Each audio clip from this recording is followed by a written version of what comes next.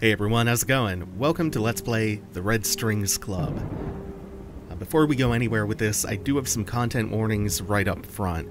If you're uncomfortable with work that deals with topics like suicide, transphobia, drug use, sexual assault, and possibly a few other heavy subjects that I'm forgetting about, this is definitely an LP to avoid.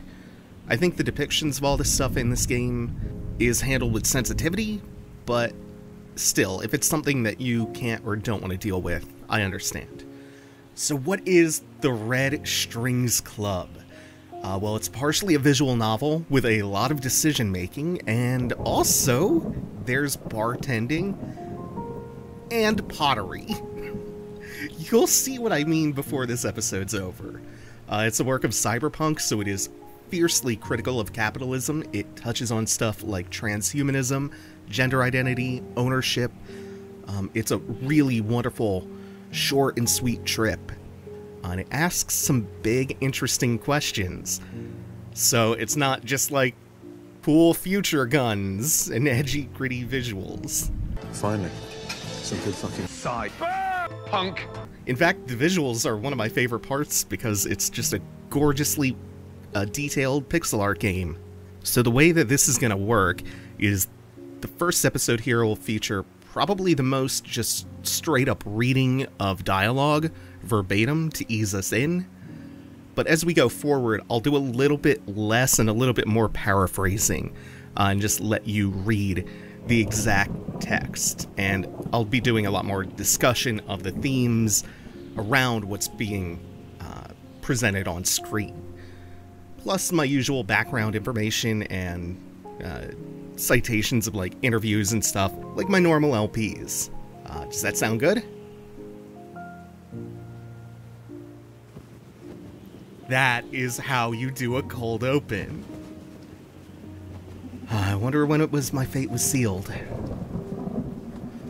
Never expected my death to be so epic. Can't complain, I guess. Hey Donovan, you listening? God, that's so good!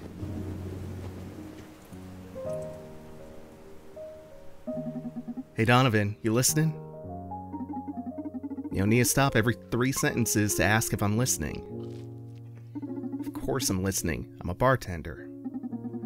So a girl from Proxima, Vega, turns out she was just using me to smoke the mole out in the city police. Did you sleep with her? Nope, just not into guys. Anyway, I almost got arrested, but I managed to hack my way out of the bot patrol car. One day you're gonna end up dead or worse if you keep doing business with those Proxima scoundrels. We live in a city ruled by corporations. If I didn't associate with scoundrels, I'd be out of work in no time. So basically, today sucked. Why don't you hit me up with something? Alright, what do you feel like? Bourbon, vodka, tequila? Surprise me. Okay, let me see what we've got here. So, this is the bartending part of things, and right away Donovan is asking for the input of someone named Newman. Last muse must have expired already. Let's see if I can channel a new one.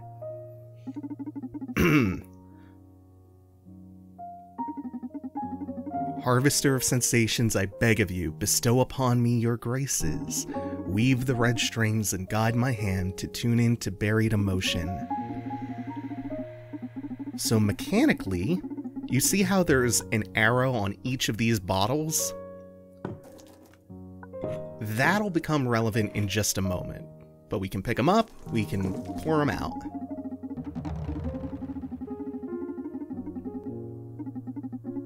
And we can use these different combinations of spirits to tune into certain emotional frequencies like anxiety, regret, and pride. They'll be different for each customer, and you'll want different things out of them. So it's all about tuning into, or less charitably, manipulating their emotions.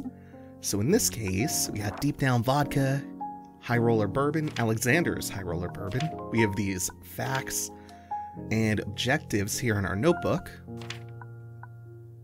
And then we have a couple of other spirits on the other page. And we'll get more as the game goes on. this is systemically surprisingly in-depth. So about the arrows, you want to get that red circle directly over whatever emotion you're trying to tune into. And since we wanted to move it left and down now, those are the bottles and the spirits we're choosing. And then, when we have it just about right, we add the proper amount of ice. And it shrinks the circle. So now we still need to get it a little bit more over to the left, so it completely perfectly overlaps and we can serve it. Given how much I loved Valhalla, I think a pattern is starting to emerge that my exact specific jam is pixel art cyberpunk bartending. Doing the muse casting thing again? Yep, lost my mojo and I want to make a drink worthy of your refined palate. Harvester of sensations, I beg of you, bestow upon my friends some drunkenness. Laugh after you drink it. You know I always hit the spot. That comes off as kind of flirty.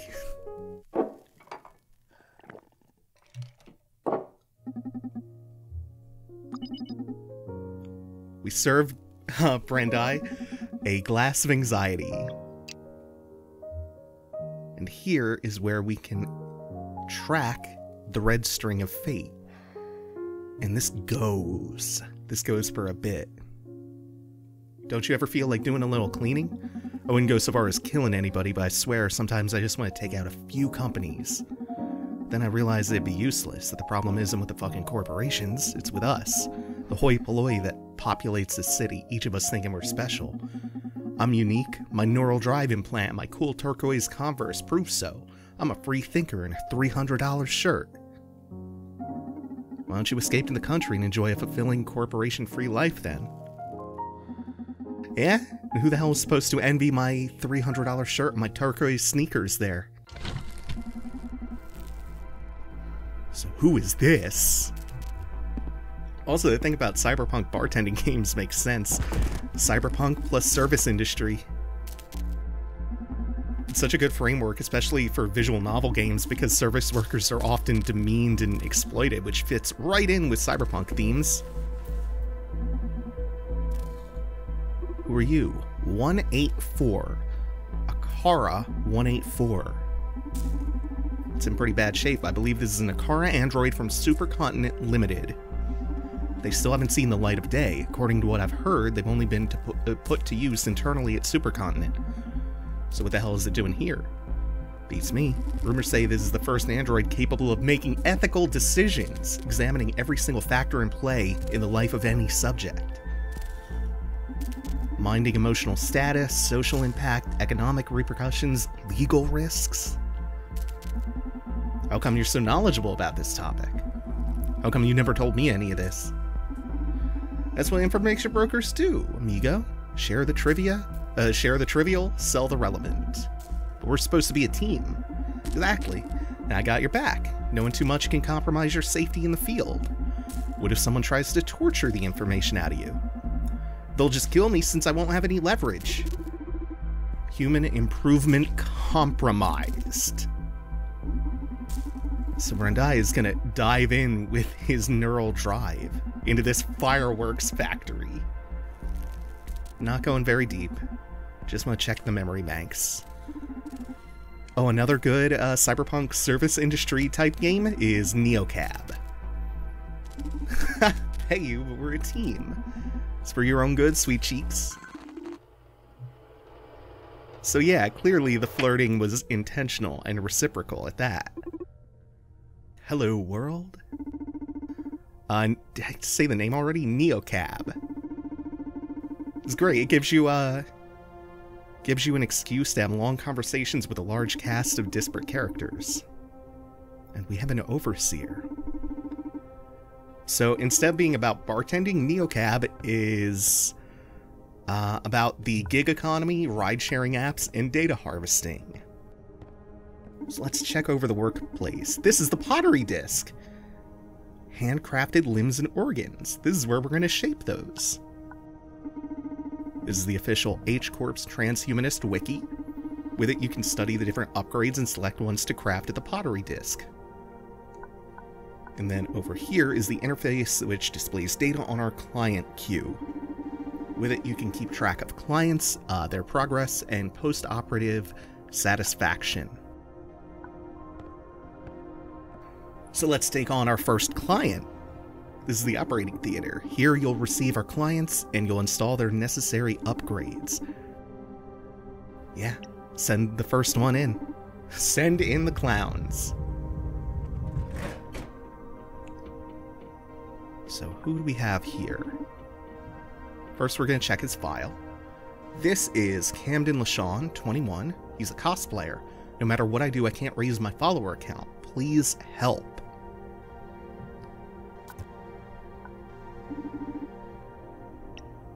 So we haven't any modules to install yet. We have to make them first, and before we make them, we have to check through the Transhumanist Wiki to see what will do the trick.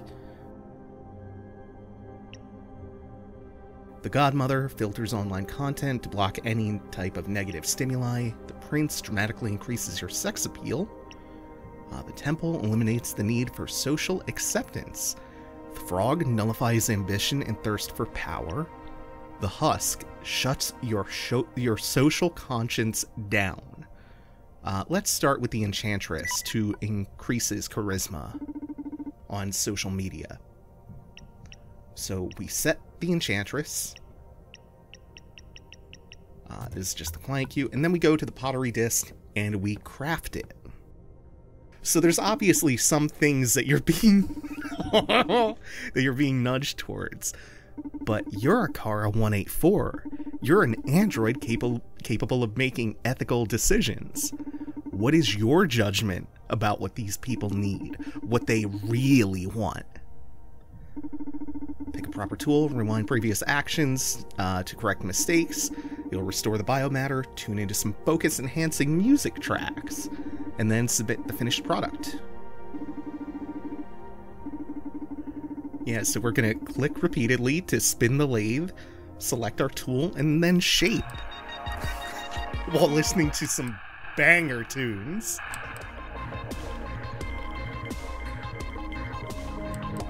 So here's the thing. If you give a client something that doesn't solve their core problem, they'll likely come back. That's what the post-operative satisfaction bit was all about. But some of them will just go along with whatever you decide to modify them with.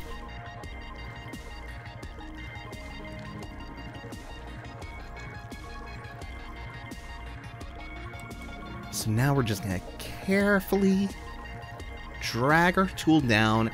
The first few times I do this, since I haven't played this since it came out in 2018, I think, it's going to be a little slow going and a little careful.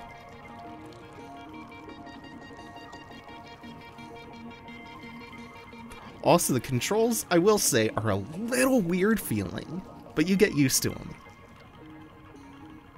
It's almost a little like Surgeon Simulator, I want to say. But, like, not that obviously clunky. And now we can install the Enchantress. By just getting right up in them guts, rooting around in there, jamming that right in his stomach. And then the Overseer asks, will that actually make them happy? I need to get more investors for my startups. My ideas are great, but I can't talk enough people into financing them. Oh, Martin G. Witz. That seems like a problem. So, we could give him the Vizier, which enhances persuasion. But what if we eliminate his need for social acceptance, or nullify his ambition and thirst for power? We are a Kara 184, an android capable of making ethical decisions. Is this decision ethical? Have we just decided what this person actually wants? Have we extrapolated from what he's told us and gone in a different direction with it? because he's in distress because he can't persuade more investors. So there's more than one way to skin that cat to take away his distress. It's just a matter of whether or not, one, this will actually solve his problem, and two, if it's even right to do it in this manner. And I love that we get the opportunity to even make that choice. Wait, charisma? Did I install the enchantress? We'll see. I'm so sick of hateful speech on the internet that I fear I won't be able to write anymore. I need my inspiration back. He's a digital media scholar. So again, we have some options. The most obvious being the Godmother, filters online content to block any type of negative stimuli, but also we still have the Frog. Or we can just eliminate his need for social acceptance if that's actually what's bothering him. Especially for the first few clients, they make it kind of obvious in the direction they're nudging you towards and what they want. But you're still free to mess around and experiment and try stuff out. Sometimes to interesting results.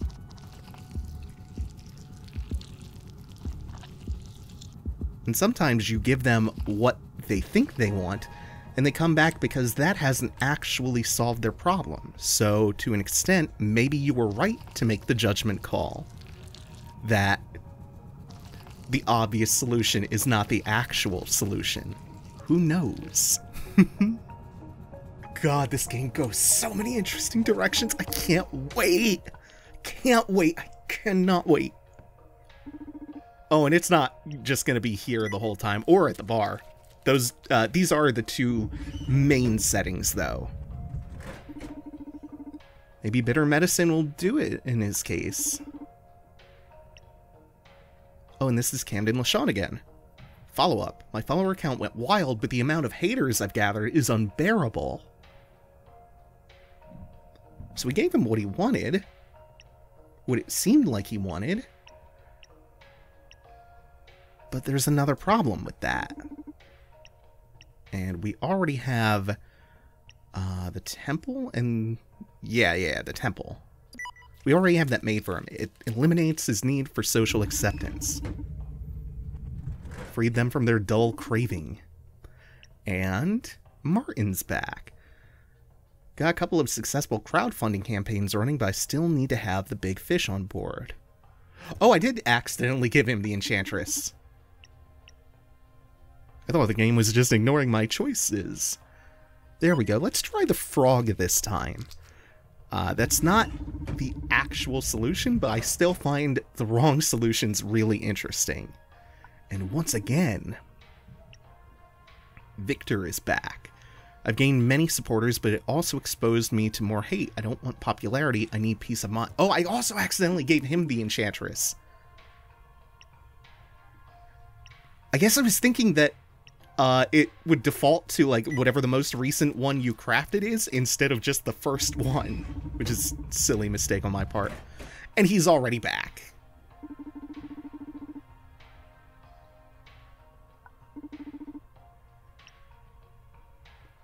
It's not that I care about what they think of me. The point is that witnessing so much hate in the world drains me of my will to engage, and that tortures me. Okay. So it seems like he needs a filter for negative stimuli that he sees online, the Godmother. Let's see if that actually works out for him.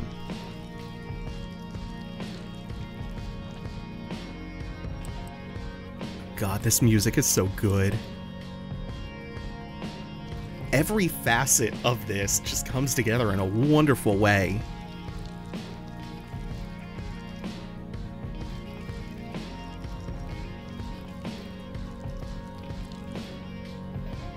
This is also a surprisingly meditative process, and I suspect that that's intentional because they want you to take time where you're not just reading text to contemplate the implications of things that are going on. Living is easy with eyes closed.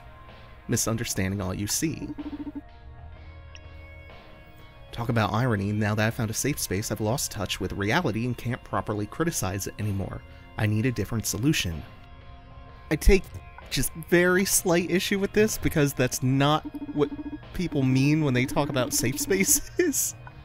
But also, I know the game and what's to come and the background of the developers well enough that I don't think they're coming at this from like a position of bad faith.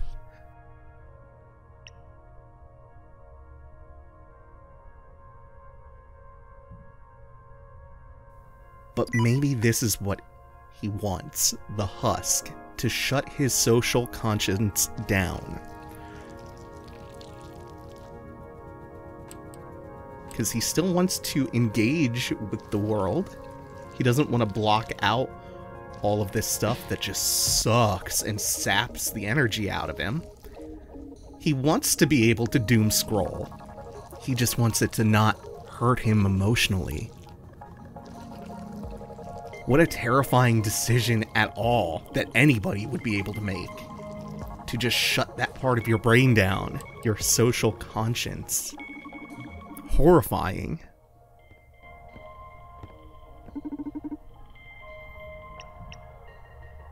Let's make sure we install the right one. In his lower intestine.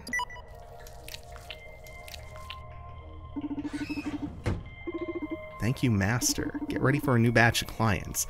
In this new batch, you'll have some customers tagged as Supercontinent Ltd executives. When a client matching that profile comes in, just install whatever they ask for.